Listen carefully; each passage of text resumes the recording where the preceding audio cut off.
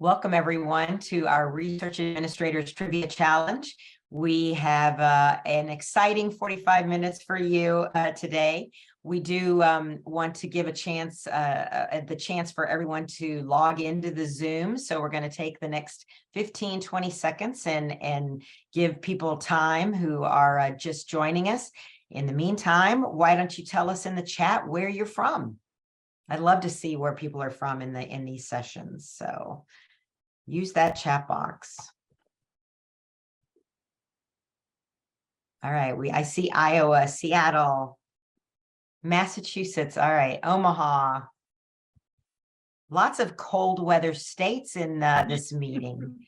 Let's see, Houston. All right, we got a warm one. Although you all have been getting ice. Rhode Island, North Carolina, Delaware. All right, any other countries, continents joining us for this? We want to hear from you as well. Pakistan. There we go. Yeah. All right. It's glad to see. Thank you. We know that it's all hours of the day and evening, and Pakistan is, gosh, you're up late joining us. So thank you. South Africa. This is terrific. All right. Let's go ahead and get started. So welcome everyone to the wrap up of the NIH Grants Conference and this special session of our Research Administrators Trivia Challenge. I'm really excited about this. We've never done this in our conference before, but we have two awesome experts from the Office of Policy for Extramural Research Administration. We have Michelle Bowles, who is the director, and we have Kristen Ta, who is the deputy director. So thank you to both of them for joining us for this late session on the East Coast. We've got a lot of great questions for you. We are doing this in the form of Jeopardy, where we are going to give you an answer, and we're going to have you use the chat box to give us the question. Now, because there's hundreds of you we expect on this, it will be kind of hard for us to go too much to the chat box, but we might be able to. But we want to see what you know and help us get some answers in that and questions into the chat. There is no prize. I'm sorry. No $10,000 prize. But you get the honor of knowing just how many you got right. So the prize of knowledge. I love that. All right. So I'm going to go ahead and pass it over to Michelle and Kristen to get us started for this very interactive and fun event. All right. Well, we are very excited to be here with you guys today. Opera Jeopardy is our thing. And I think ending on a high note with the prize of knowledge is just the best way to say it. So touche for that. So I'm going to start. And, I like to start a bit dicey. So let's start with show me the money. And I'm going for it, $400.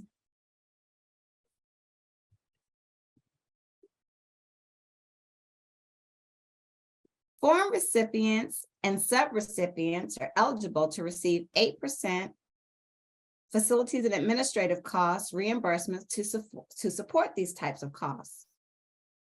One said, what are indirect costs? What are indirect costs? What is trainee? So I'm going to jump in and provide a clue for this one because it's a little more specific than just indirect costs. If you notice, this is foreign recipients and subrecipients. So their F&A goes for a specific type of cost. That's what we're looking for. What are the costs of compliance? I saw it. Yep. It popped up. That's it. What is the cost of compliance? Very good. 400. All right, Michelle, why don't we take it to another policy that's a brand new one that's just rolled out that I know folks have been asking lots of questions about. Let's share that data for 200. Giselle, you're fine. You did well. All right. In a grant application, the DMS plan must be attached here. Oh, awesome. You guys have been reading our updated application instructions because I'm seeing tons of correct answers in the box in the other plans attachment. Absolutely. That's right. All right. Let's do, since everybody has probably been looking at the data policy, let's do share that data again, Kristen. But let's go for 400. Changes to these items in the DMS plan require NIH prior approval. What are they? There are 3 items, just to give you a clue. Yes, that's what. So data storage, that's definitely one that would require prior approval, right? Yeah. Changes to your repository. Timeline, there it is. They're kicking it up. Mhm. Okay. Type All of data right. timeline. Yep. That's One it. comment for those who are saying budget. That's actually not one of the ones that's in the plan. That's a separate part of the application. But yeah, definitely repository timeline. Timeline. And a new scientific direction. Yep. All right. So I'm going to switch up the category and let's do to disclose or not to disclose for $200. So the NIH biographical sketch must include these types of positions and appointments. What is a foreign appointment? Foreign is definitely covered. What is scientific appointment in kind? She said, what is all? I love it. There, we're getting to it now. All right, let's Academic. take a look at the answer. What are all positions in scientific? Right, all current positions and scientific appointments. And so just to be clear on that one, when we say current, that's everything that's currently active. So your previous positions, if you've been around for decades, you don't have to list all of your previous positions, just current positions and scientific appointments. All right, let's do end of the road for 100.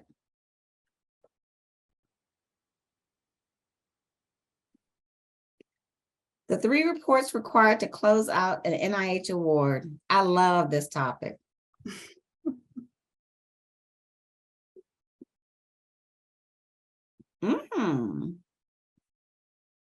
Answer. They're doing it. Yeah.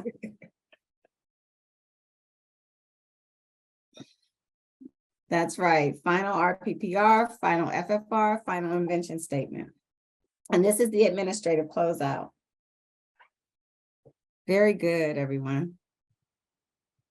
All right, let's stick with the closeout theme and do the end of the road for 300. All right, so now we know the 3 reports. This is the due date of all closeout reports as outlined in 2 CFR 200.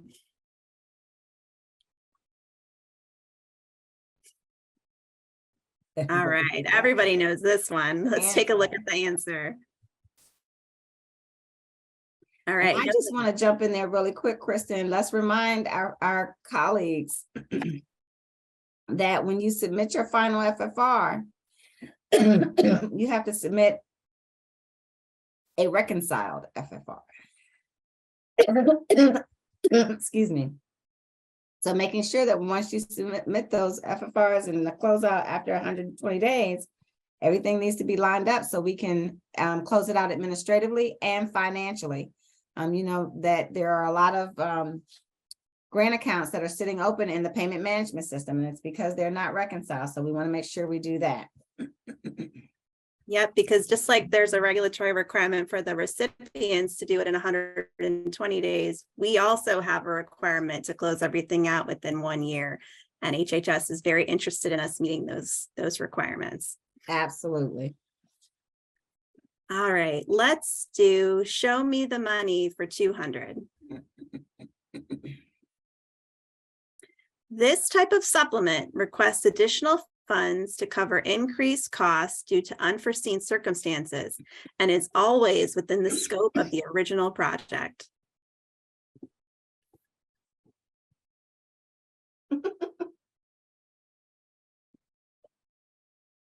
All right, let's take a look at the answer. So yes, this is an administrative supplement. And so the other types of supplements you might see is a competitive revision. And that type of supplement actually expands the scope of your project. And competitive revision applications, unlike administrative supplements, have to undergo peer review. That's right. That's the distinction between those two types. We actually now call administrative supplements within scope supplements, just for that very reason, right? All right. Okay, let's see here. I'm gonna do a fun one too. Let's see. All right, let's do show me the money for 300.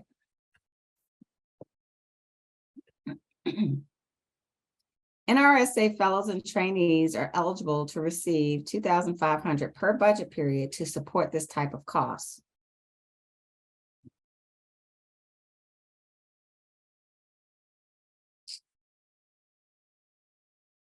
This is right. They're doing it, Cynthia. Yeah, you guys are up to speed on your policy. The only thing we should have remind made these harder, Michelle and Kristen. Yeah, we're going to They next know time. Trust everything. me. We were trying to put our feelers out there, but we're definitely going to do it next time.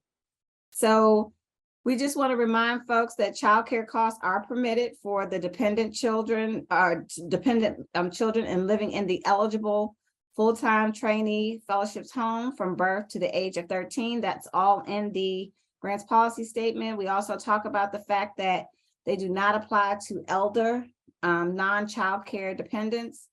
And one of the things that I want to make sure of is no matter what happens, we need to make sure that we retain the documentation that's used to support all supporting documentation, proof of a provider that is licensed, and it must be made available to NIH officials if requested. We've noted that, not a lot of folks have taken advantage of this opportunity as we rolled it out a couple of years ago, but we believe that having the opportunity to know what's out there, know what the requirements are, encourage you to take a look at it, work with your institution to make sure that you have all of the information you need to apply. Yep, absolutely. All right, so let's head back to data sharing and share that That's right, data for Robin. free. So true or false? DMS costs are included when considering budget cost caps, such as the $500,000 direct cost cap.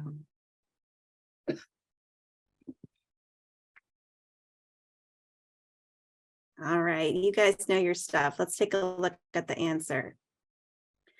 This is true. So your DMS costs and that single line item for DMS are included in your total direct costs. So that impacts the $500,000 limit. It impacts the $250,000 modular budget limit, and then any limits identified in the funding opportunity as well. That's right.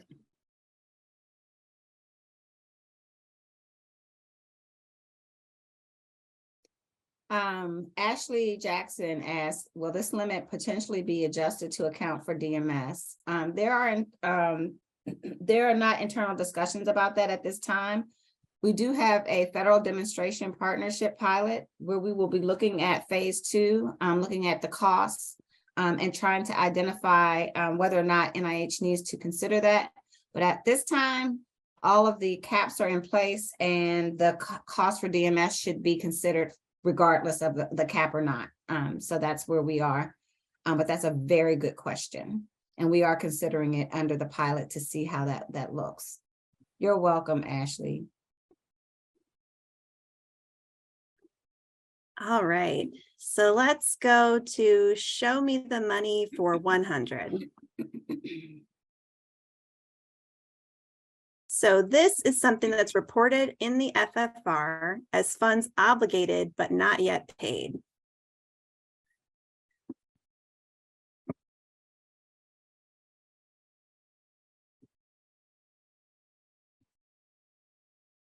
All right, so let's take a look at the answer. That's right, it's unliquidated obligations. So these are obligations where they've been incurred by the federal entity, but they've not yet paid out the invoice. And as we were talking about those closeout FFRs earlier, when you have your final FFR, you have to resolve all of those unliquidated obligations, finish all of your drawdowns, and have everything ready to go before you submit that final FFR to NIH to close things out. And that was a That's great right. question too, because in our notice of award arrives, now what? That was a question. What's the difference between an unliquidated and an unobligated balance? Yeah, So great question, great answer. yeah. And the other thing too is that we want to make sure that if you have sub-recipients, that you obtain that information from them timely as well, because that does cause a lot of problems with unliquidated obligations in the management of your grants. So please be mindful to put that information, set timelines that are reasonable in your sub-award agreements, and make sure that those terms and conditions for those requirements to submit the timely FFRs and unliquidated obligations are outlined in your sub-award agreements. Very important. And it looks like you have a question about how will future data management costs fall under the unliquidated obligations and final closeout? The same way, really, what will happen is, so I see where they're going with this question, in that there may be costs that are incurred during the project, but that have not been expended after the project. And that's a part, again, of an analysis that we'll be needing to do during our federal demonstration partnership to gather that information to determine whether or not we need to modify policies or reestablish or establish new policies that will allow for you to spend those funds down. But we have not had those discussions of yet, because we're truly trying to make sure that we take in the information as it comes in. And since this just rolled out, that data that comes in for us will be very helpful for us to make some informed decisions. So to be determined, but a very, very good question. Okay. To disclose or not to disclose? You going with 300, Cynthia? 300. When submitting other support to NIH, this type of resource requires supporting documentation. Better go grab that disclosure table.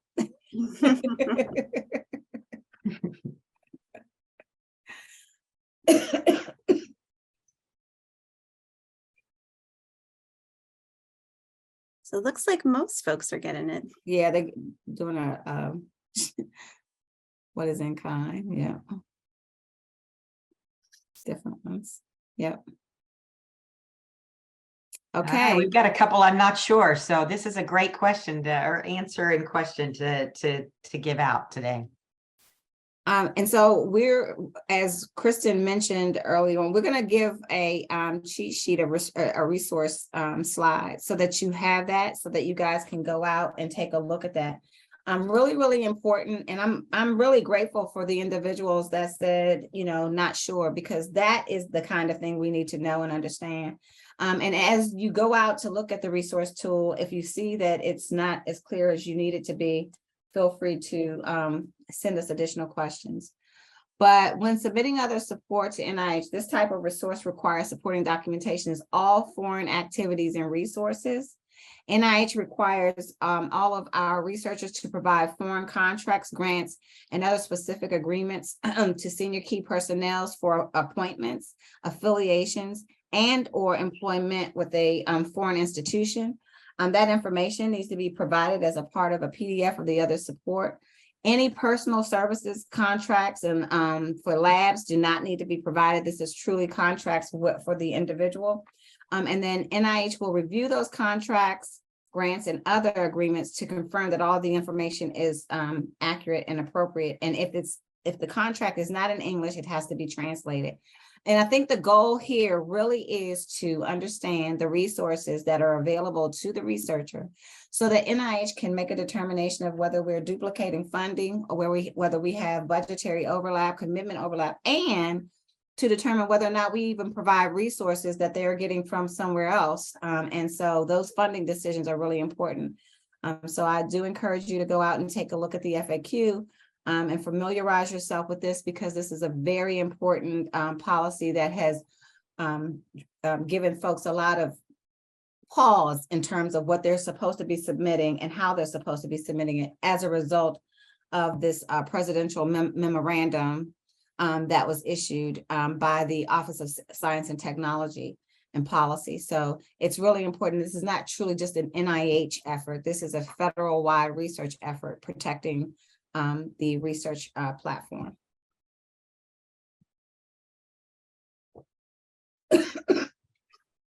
All right. So I'm going to go back to data sharing and do share that data for 100. So the timeline for data sharing that's outlined in the final NIH policy on data management and sharing. So what is that expected timeline? Good answer. I love Ashley. She just throws it out there.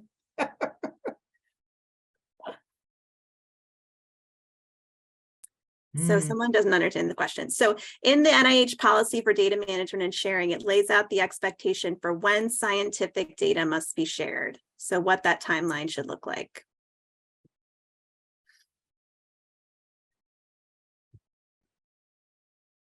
So I see a few folks have got it. Phone a friend. I love it. Wrong game. Lifeline. All right, so why don't we take a look at that answer? So the answer is as soon as possible and no later than the time of an associated publication, so a publication that's associated with that project and data, or the end of the performance period, whichever comes first.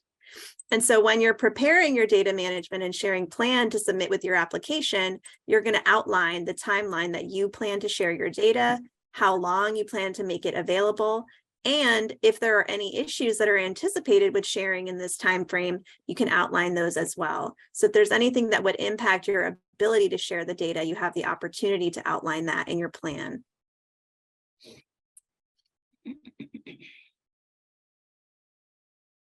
Okay. Did you see we have someone who's asking about journals? There's a couple questions in here we might want to follow up before we move on. So does journals not required it at time of publication? And then clarify, do you mean by your final publication? No, it doesn't If have they to be publish final several times publication, per whichever comes project. first. Kristen, you want to bring Good that question. one Right, up? so it's any associated publication. So once you publish, the expectation is that you're making your data available. And requirements may vary depending on the journal. So we base it on the time of a publication or the end of your performance period. Yeah, even if it's not final, it's at the end of the performance period. Yep. Whichever comes first. I think that's the key. All right, so do you mean, all right, so we're getting more questions on this. So we'll take a couple more questions before we move on. So we've got, so even if you publish a baseline paper, and then do you mean that it needs to be mean on NCBI? I didn't, I'm trying to call Do you mean on NCBI? Oh, my NCBI? Mm-hmm. I believe so. Isn't that where they publish their papers? Yes. So the venue for publications haven't changed. Right. Right? All of those policies remain intact. It's the timeline for when you publish and what that looks like. And will extensions be granted to share beyond the end date?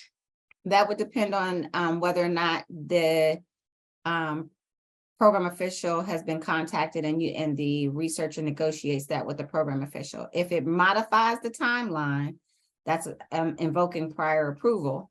And so that would need to be discussed and approved before it could be extended.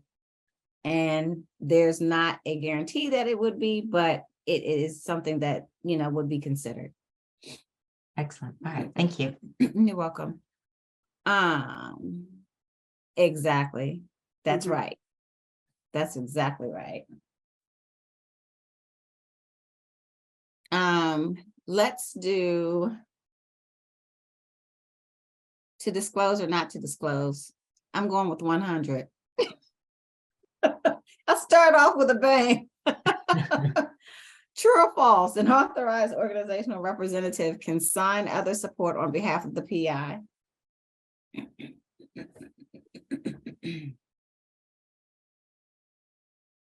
Oh, you guys, you got that one. I think you're trying to trick What is them. false? What's the answer? False. That is exactly right.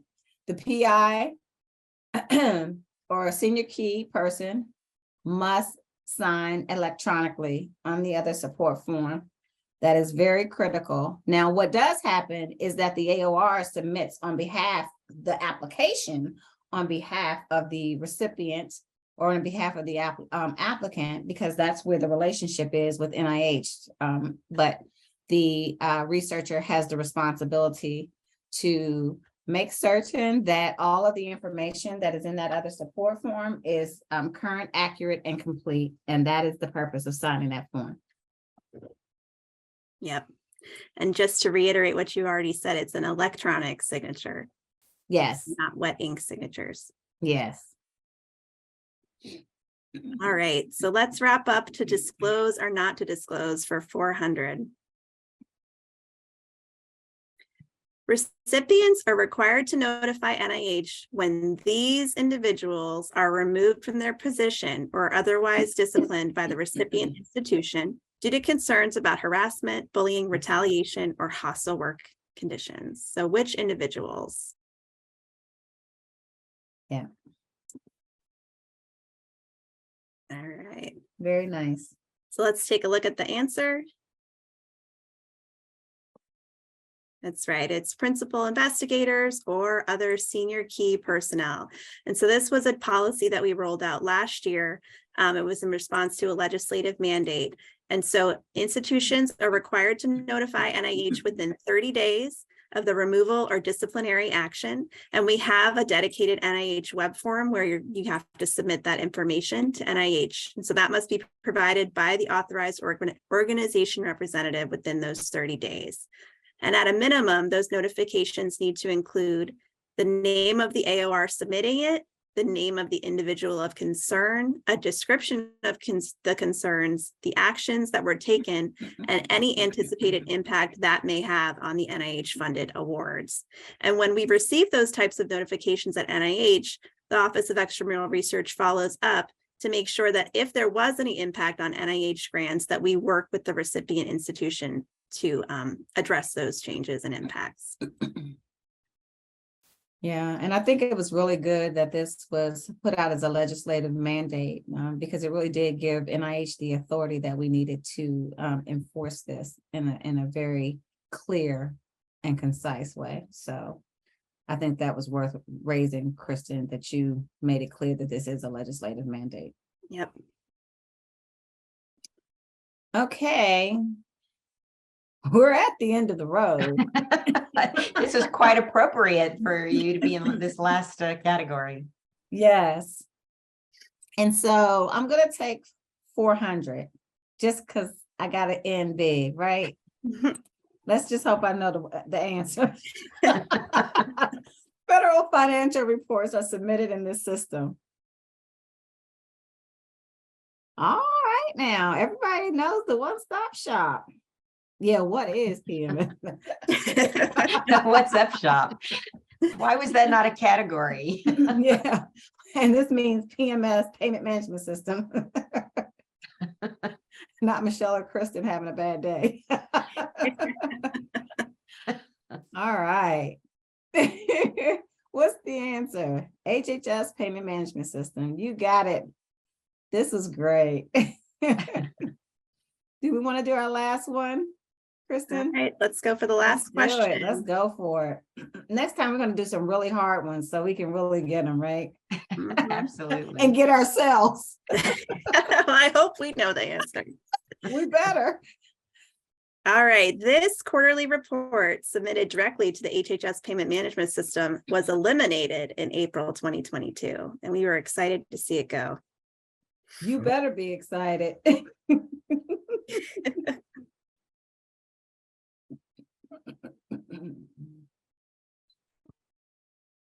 I think you might have actually stumped a few on this one. Oh, okay. Yeah, I think you Oh, did. I see a couple correct answers popping up. Yeah.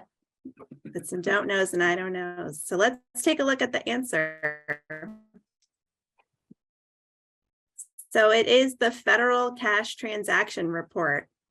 So this report used to be submitted quarterly to HHS via the payment management What is system. the And it was really kind of, this was really a holdover from back when we used to have pooled accounts where everything was in one account and you had to report which grant all of your money was tied to. Now that we have a sub account for each grant, there's really no need for that quarterly cash transaction report. So it's been eliminated. And now when you submit your FFRs in PMS, it pulls real-time data on your cash drawdown so that everything is reconciled right when you submit your report instead of having to come back every quarter and reconcile things. Yeah, that that was something that FDP, we worked on with FDP for a long time. And this is something that we had been working on. I guess it was what, about it was about 5 or 6 years. And it finally came to pass, and we were really excited about that. And I'm going to take it another step further, Kristen. This wasn't just even about your projects within HHS. This was across the federal government, right? And that was the challenge with the pooled account. And that's why we weren't able to reconcile them nor close them, because if one agency closes them, or even an opt deal within HHS, they zeroed out the account and other people were in a deficit. So this was a really good elimination and a very strong win for NIH, I will say. And I love the person that says, "What is the confused?" I love it. That's what it's about, fun, having a good time. So we have a couple really questions. grateful. So would this be something that the special projects a person would deal with, officer, and not the PI? Yes, Or- so this is likely something your financial office, your sponsored projects Finance office would be office, handling typically. for PIs. Yep. Okay, great. So we do have somebody who had put something in our Q&A box, so I'm gonna just go ahead and ask this. What this is about BioSketch, actually. So what if a PI wants to include past appointments on the BioSketch? Is there a penalty for that?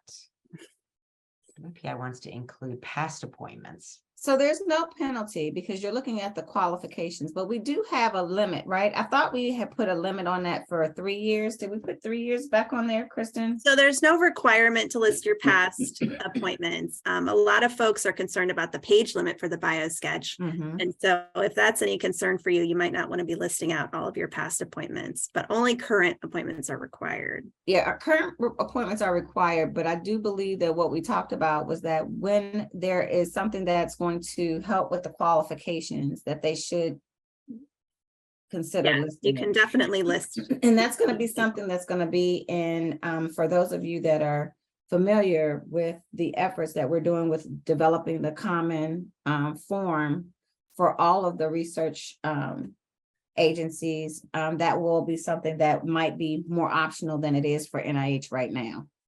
So even though we said that today, things might change in the future. So don't hold us to it. This is a snapshot in time.